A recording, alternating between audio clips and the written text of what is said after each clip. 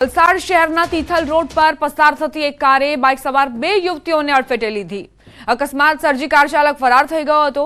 જો કે લોકોએ કારને રોકી હતી અને ત્યારબાદ રોષે ભરાયેલા ટોળાએ કાર ચાલકની સાથે ઉગ્ર બોલાચાલી અને ટપલી દાવ પણ કર્યો હતો. અકસ્માત સર્જનાર કારમાં ગુજરાત સરકાર અને આસિસ્ટન્ટ કમિશનર ઓફ લેબર નામના સરકારી હોદ્દાનું બોર્ડ મૂકેલું હતું. જો કે કારમાં માત્ર ડ્રાઈવર જ સવાર હતો. આથી લોકોએ કાર ચાલક પર રોષ વ્યક્ત કર્યો. લોકોએ પૂછતા ડ્રાઈવર અંકિત પટેલ વડોદરાનો હોવાનું જણાવ્યું. કારમાંથી કોઈ અંકિત પટેલના નામનું ઓળખપત્ર પણ મળી આવ્યું હતું. જો કે ડ્રાઇવિંગ કરતી વખતે ખેંચ આવી ગઈ હોવાથી આવું બન્યાનું કાર ચાલકે જણાવ્યું. સિવિલ હોસ્પિટલ જતો હતો અને રસ્તામાં મને અચાનકથી ખેંચાઈ ગઈ. દવા બી ચાલુ છે એટલે સાઈડ પર ઊભી કરી દીધી અને પછી અંદર આરામ કરવા માંડ્યો. કશી ખબર નહીં મને ખેંચાઈ ગઈ એટલે. વલસાડના કપરાડાના કુંભઘાટ નજીક સોપારી ભરેલી ટ્રક પલટી મારી ગઈ. ટ્રક ચાલકનું ચમત્કારિક બચાવ થયો હતો. કર્ણાટકથી સોપારી ભરી એક ટ્રક વાપી તરફ આવી રહી હતી ત્યારે નાસિકથી ધરમપુર નેશનલ હાઈવે પર ટ્રક કપરાડાના કુંભઘાટ પરથી પસાર થઈ રહ્યો હતો. એ વખતે જ ટ્રક ચાલકે અચાનક સ્ટેરિંગ પરથી કાબુ ગુમાવતા આખી ટ્રક પલટી મારી ગઈ. ટ્રક પલટી મારતા જ સોપારીની ગુણો રોડ પર ફેંકાઈ. જોકે સદનસીબે આ ઘટનામાં ટ્રક ચાલકનો આબાદ બચાવ થયો હતો. વડોદરાના છાણીમાં બેફામ ડ્રાઇવિંગે નિર્દોષનો જીવ લીધો. છાણી રોડ પર કોન્ક્રીટ મિક્સર મશીનની અડફેટે બાઇક સવારનું મોત થયું. છાણી પોલીસે ઘટના સ્થળે પહોંચી કાર્યવાહી શરૂ કરી. મૃતદેહને પોસ્ટમોર્ટમ અર્થે સયાજી હોસ્પિટલમાં ખસેડવામાં આવ્યો. બાઇક સવાર કોણ હતો, ક્યાંથી ક્યાં જઈ રહ્યો હતો તે દિશામાં તપાસ હાથ ધરાઈ છે. કોન્ક્રીટ મિક્સરના ચાલક વિરુદ્ધ ગુનો દાખલ કરી કાયદેસરની કાર્યવાહી આરંભાઈ. સમાચાર મહેસાણાથી ઊંઝા એપીએમસીની ચૂંટણીનું આજે પરિણામ. ઊંઝા એપીએમસી હાલ ખાતે મતગણતરી શરૂ. ખેડૂત વિભાગના 20 ઉમેદવારો અને વેપારી વિભાગના 16 ઉમેદવારોનું ભાવિ નક્કી થશે. ગઈકાલે મતદાન યોજાયું હતું. ખેડૂત વિભાગના 258 મતદારો અને વેપારી વિભાગના 782 મતદારોએ મતદાન કર્યું હતું. એપીએમસીની સત્તા કોને ફાળે જાય છે તેના પર સૌની નજર છે. સંવાદદાતા કેતન જોડાઈ ગયા છે લાઈવ. તેમની પાસેથી વધુ જાણકારી લઈએ. કેતન, ઊંઝા એપીએમસીની ચૂંટણીનો આજે મહત્વપૂર્ણ દિવસ, શું વિગતો? ચોક્કસથી 10 ઉમેદવારો હોય છે કે જે 10 બેઠકો છે તેને લઈ હાલમાં મતગણતરી હોય છે શરૂ થઈ છે. અત્યારની વાત કરીએ અત્યાર સુધી 50 જેટલી જે મતગણતરી હોય છે તે પૂર્ણ થઈ છે. જેમાં 5 જે ભાજપના મેન્ડેટ વાળા ઉમેદવારો હોય છે તે 5 જે અન્ય ઉમેદવારો હોય છે તેઓ આગળ હાલમાં ચાલી રહ્યા છે. ટૂંક સમયમાં જ 1 કલાકની અંદર જ જે 258 જેટલા જે મત હોય છે તેની મતગણતરી પૂર્ણ થશે. ત્યારબાદ રિઝલ્ટ જાહેર થશે અને ત્યારબાદ જે વેપારી બેઠકો અને જે મતદારો છે તેમનું મતગણતરી શરૂ થશે. ટોટલ વાત કરીએ તો 2 થી 2.5 કલાકમાં જ ચિત્ર સ્પષ્ટ થશે કે કોની વિજય થાય છે, કોની હાર થાય છે અને આગામી દિવસોમાં આ એપીએમસી ચૂંટણી પર કોની સત્તા રહે છે. જી કેતન, આજે અત્યારે મતગણતરી થઈ રહી છે. કેટલા વાગ્યા સુધીમાં ચિત્ર સ્પષ્ટ થઈ જશે અને કયા પેનલની જે ઉમેદવારી છે તે ભારે નજરે પડી રહી છે? ચોક્કસથી હાલ વાત કરીએ તો 1 વાગ્યા સુધી સમગ્ર જે ચૂંટણીની જે મતગણતરી પૂર્ણ થાય તેવું હાલમાં લાગી રહ્યું છે. હાલની વાત કરીએ તો હાલમાં જે દિનેશ પટેલની જે સમર્થકની જે પેનલ હોય છે તે હાલમાં આગળ ચાલી રહી છે. ખાસ વાત કરીએ તો આ જે ચૂંટણી હોય છે તેમાં પાર્ટીઓ જે જંગ જામ્યો હતો, પરંતુ હાલમાં દિનેશ પટેલની જે જૂથનું જે સમર્થકો હોય છે તેમની પેનલ હોય છે તે આગળ ચાલી રહી છે. આગળ પણ તમારી પાસેથી અપડેટ્સ લેતા રહીશું. સમાચાર ભાવનગરથી. જહાજમાંથી દરિયામાં કેમિકલ છોડાયું. તળાજાના સરતાનપરનો દરિયાકાંઠો કેમિકલ યુક્ત બન્યો. અલંગમાં જહાજમાંથી કેમિકલ છોડાયું. 10 ગામોના દરિયામાં જોવા મળ્યું કેમિકલ. અલંગ, મેઠવડા, સરતાનપર સહિત 10 ગામોના દરિયાનું પાણી કેમિકલ યુક્ત બન્યું.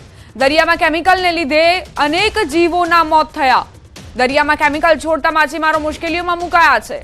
દરિયામાં કેમિકલના કારણે માછીમારોની બોટ, માછલી પકડવાની જાળને પણ નુકસાન. સ્થાનિકોએ તળાજા મામલતદારને ઘટના અંગે જાણ કરી છતાં તંત્રના કોઈ અધિકારીઓ ઘટના સ્થળે નથી આવ્યા. આરોગ્ય મંત્રી ઋષિકેશ પટેલનું મોટું નિવેદન. રાઇઝિંગ ગુજરાતમાં ઋષિકેશ પટેલે નિવેદન આપ્યું. પીએમજેવાયના ક્લેમ માટે એક સિસ્ટમ તૈયાર કરાઈ. નિષ્ણાંતો સાથે ચર્ચા બાદ એસઓપી તૈયાર કરાઈ. આગામી 2 થી 3 દિવસમાં જાહેરાત થશે. લોકોને સારી આરોગ્ય સેવા મળે તે ઉદ્દેશ્યથી આ એસઓપી તૈયાર કરાઈ છે.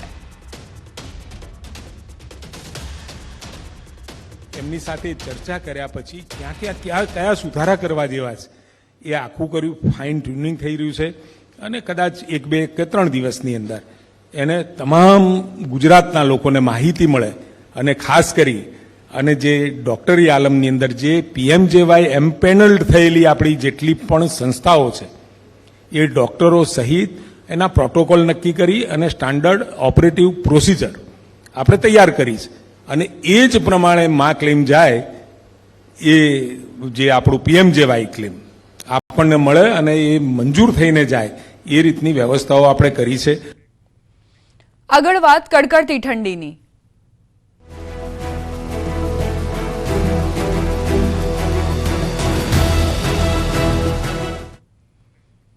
સતત છઠ્ઠા દિવસે ગુજરાતમાં કડકડતી ઠંડીનો પ્રકોપ રહ્યો. નલિયામાં 6.5 ડિગ્રી તાપમાન નોંધાયું, અમદાવાદમાં 11.8 ડિગ્રી તાપમાન, રાજકોટમાં 10.8 ડિગ્રી તો ડીસામાં 11 ડિગ્રી ઠંડી અનુભવાઈ. ખંભાતમાં 9.5 ડિગ્રી તાપમાન તો અંબાજી મંદિર ખાતે 8.9 ડિગ્રી તાપમાન નોંધાયું.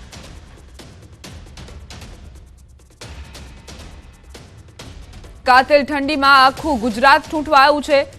આગામી સમયમાં હજુ પણ વધુ ઠંડી વરસશે તે માટે તૈયાર રહેવું પડશે. સતત છઠ્ઠા દિવસે નલિયામાં 6.5 ડિગ્રી તાપમાન નોંધાયું છે. અમદાવાદમાં 11.8 ડિગ્રી તાપમાન નોંધવામાં આવ્યું છે. તો આ સ્થિતિ અલગ અલગ વિસ્તારોની વાત કરીએ તો લોકો તાપણાનો સહારો લઈને કડકડતી ઠંડીથી રાહત મેળવવાના પ્રયત્નો કરી રહ્યા છે. ઠંડી અંગે હવામાન વિભાગની આગાહી. સૌરાષ્ટ્રમાં ઠંડીનો ચમકારો રહી શકે. તાપમાન વધવા છતાં પવન રહેતા ઠંડીનો અનુભવ થઈ રહ્યો હોવાનું અનુમાન હવામાન વિભાગે જણાવ્યું.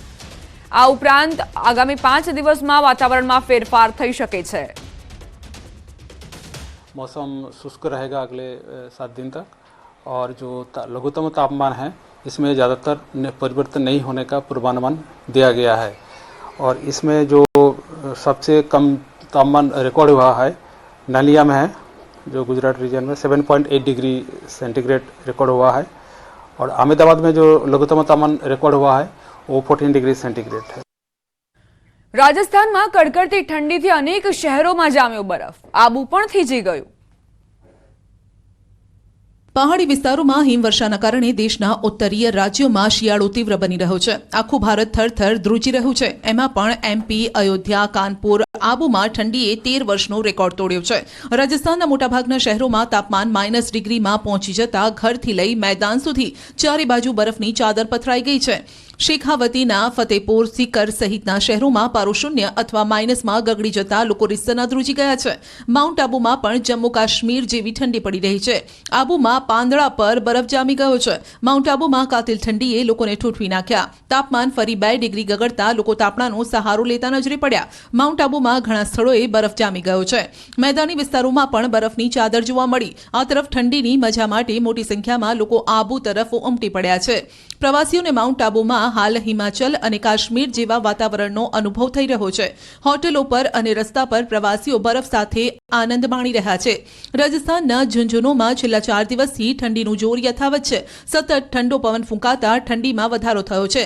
હવામાન વિભાગે 19 ડિસેમ્બર સુધી કોલ્ડ વેવની આગાહી કરી છે. સતત શીત લહેરના કારણે લોકો ઠંડીથી બચવા માટે તાપણાનો સહારો લઈ રહ્યા છે. જરૂરી કામકાજ વગર લોકો ઘરની બહાર નીકળવાનું ટાળી રહ્યા છે.